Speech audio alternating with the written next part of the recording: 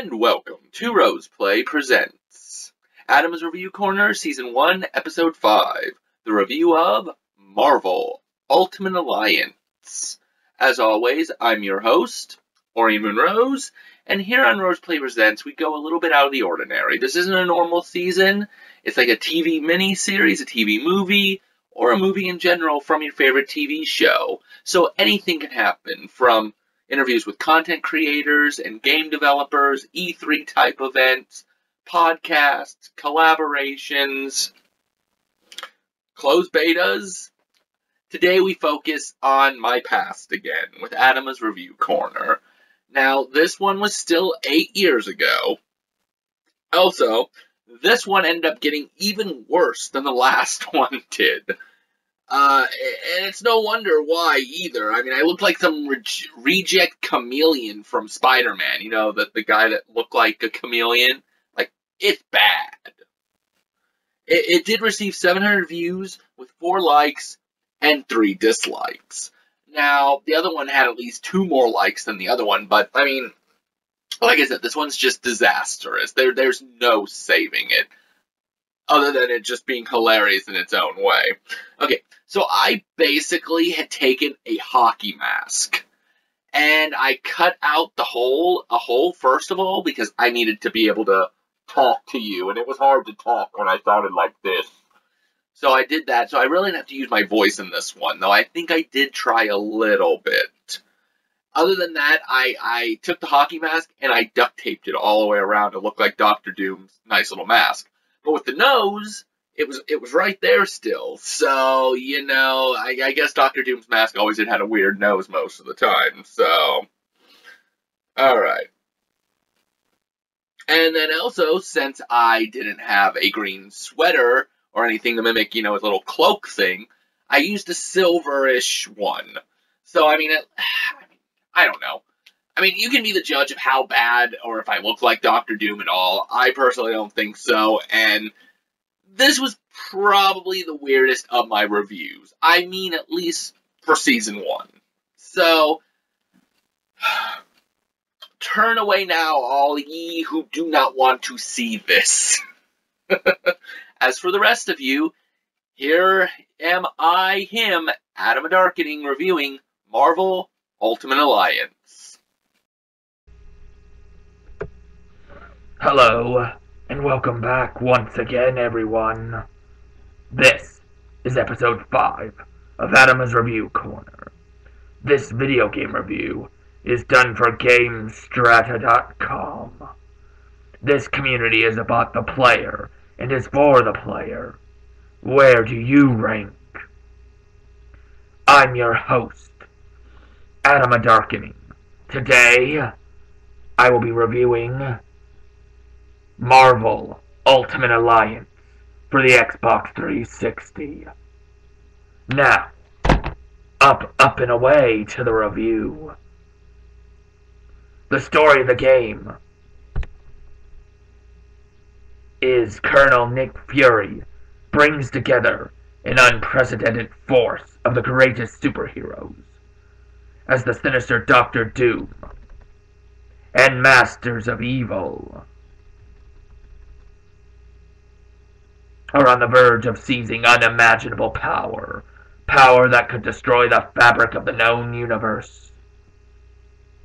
For starters, Marvel Ultimate Alliance is a 4-player view from above brawler, where you pummel an endless army of enemies and their bosses, just like its predecessors, X-Men Legends 1 and 2, which was also done by the same company, Raven Software. This game will start on S.H.I.E.L.D's helicarrier and move on to such areas as Atlantis, Asgard, and the Skrull Throne World, just to name a few. As well, throughout the game you will run across 25 different superheroes, such as Spider-Man, Thor, Wolverine, Blade, Elektra, Miss Marvel, and if the player is willing to dish out either an additional 500 Microsoft points for either the superhero pack or the villain pack, or they could go and buy both together for 800. You can get some interesting characters such as Doctor Doom himself, Venom, Magneto, Cyclops, Nightcrawler, and the Incredible Hulk. Again, only to name a few. Almost all characters in the game have 3 additional outfits to unlock. Some of these costumes bring flavor to the heroes, while others have almost no differences in their costumes. However, each costume has a different set ability to help out that hero. When the player reaches a certain area within the game, it allows the player to put together his own team. So whenever the player puts those 4 together, the team level increases 2 as well, to help with such things as enhanced damage, more health, and other such things. The controls are pretty simple to figure out, since most of the time you can just press one button to get the job done. There are many special moves that can also be done by holding a trigger button and a corresponding button that a certain move was set to. The player can also wrestle weapons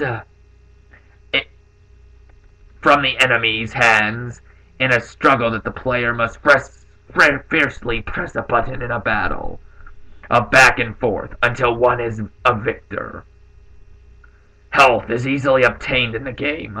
As the player defeats the enemies, they will drop health and energy spheres.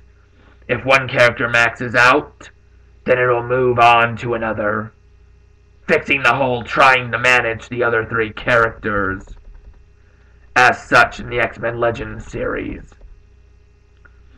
The enemy's AI tends to focus on player-controlled characters, which not only allows the player to worry about themselves, but when the player's AI is actually doing their jobs, they can destroy the enemy without breaking a sweat. There are also 2 types of bosses in Marvel Ultimate Alliance: normal villains and big bosses that must be beat in mini-game battles involving exact button combos that causes an attack that eventually brings down these behemoths. Puzzles in the game are pathetically easy, and the level designs feel flat and boring after a while. However, if the player is one of those gamers that enjoy playing games online and making new friends, then this could be a perfect game to bond with others, as well as if the player wants to play with their friends at their house. There is also allowed up to 4 players on the 360 system. While the player joins with others online, though, they must play within the host's world and cannot use their own characters. There are 2 different ways to play with others.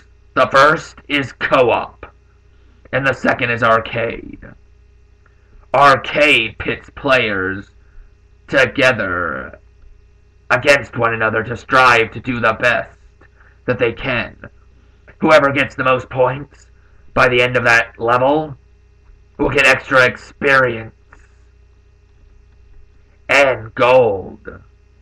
In this sense, competitive play, at least in my opinion, is a great way for the player and their buddies to enjoy the full story, but at the same time allows to have all the bragging rights. Marvel Ultimate Alliance is an epic story featuring more Marvel characters than any other game out there, even if it does ignore some of the major comic book events when this game did come out. The game can still be a thrill to players, at least, in my opinion. Some of the best features of this game is its great diverse cast of playable and even non-playable characters, and even some villains, which is nice for people who like to play as the bad guys, and great local and Xbox Live co-op and arcade play. A few bad things about this game is that for those who played both X-Men Legend games and did actually start to get bored of it, this game plays almost identical, except for the automatic leveling up and new ways to get health. The graphics do not look as next-gen as they should have, and as good as the environments were, they just didn't have enough staying power. Lastly, for those who like achievements, or only just play the game for achievements, this game ranges from achievements that can be very simple or complex. Some of the easier achievements are just by playing through the game and beating bosses. The harder ones are collecting the comics and collectibles, getting dolls, and winning 20 arcade matches in a row. Sadly, the hardest difficulty achievement isn't that difficult if you've at least beat the game a few times. There are technically no online achievements for this game, since the player can just bring friends over to the house, but it is fun to play online and get the achievements as much as it is with a group of friends at the home. But for the most part, on a scale of how hard it is to acquire all the achievements, from 1 to 10, I give this game a 7. So, the final score for Marvel Ultimate Alliance is an 8.5 for its great collection of Marvel superheroes and villains, its online play, and somewhat good story. Unless the player is a die-hard comic fan, then it may frustrate them when people who shouldn't work together is working together, or botches up the two universes that are within this game. Thanks for joining me for episode 5, and I will be back for yet another show with a review of Fallout 3. Till next. I just cut myself off. And I'll be... Like, it stopped. Okay, so I want to do this one a little differently because, I mean, I realize how very weird those costumes looked. I mean, some of them I didn't mind. This one I think was very silly. So I kind of want to make fun of a lot of stuff on this one. So, first of all, at the beginning when I'm like, I will be reviewing Marvel Ultimate Alliance, it literally sounded like I slammed the game through the floor. Like broke the floor. It's like, really? It's like one of my favorite games at the time, and you throw it through the floor? Wow, you really care about it. Though I don't think the game was in it, though, now that I think about it. And also, excuse me, did you say it was developed or created by Raven Software or Graven Software? Because, I mean, I know I can't understand the words that are coming out of your mouth. They're like guttural sounds. But I didn't know that the Graven from Thief created this game. Right. Also pretty sure I couldn't read or see just about anything through those eyes on the script, which is why there were so many pauses more than ever before. Because you notice I just stop at points like, oh God, where is the words? I've lost the words. Oh dear God, not the, oh there they are. I found them. Time to continue.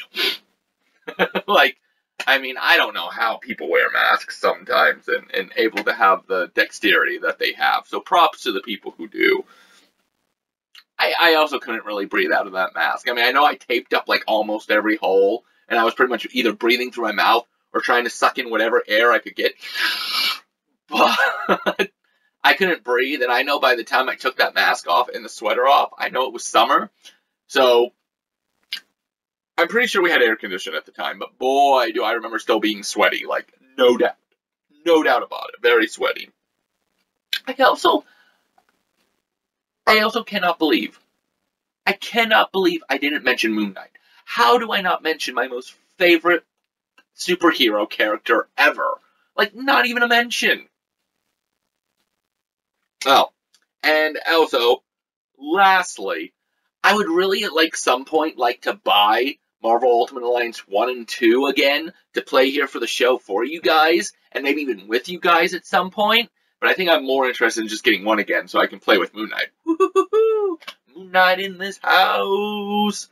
But, I mean, that's really about it. I mean, I had to critique that one. That one was... It was something interesting. And, I mean, I know a lot of you are probably wondering, Aurian, why are you showing us this? Like, I know it's your past and you're kind of okay with it now, or maybe getting over it, but why are you showing us it? Because there was an evolution still going on. There's one more episode left of Season 1, and then things changed drastically. And this is where everybody started loving it. It started getting thumbs up, it started getting a lot of views, and there was also problems in between Season 1 and how long Season 2 took. But we'll get into that after that gets done. But we're going to go ahead and leave it there for the day, and when we come back next time, we'll be continuing the Gwent, the Witcher card game, closed beta. As long as it's still in closed beta as usual. Otherwise, we'll play one last match and be done with Gwent. So, until next time, remember, keep gaming, never give up, and Marvel, anytime you do yourself a superhero game, you better include Moon Knight. I guarantee I'll play it.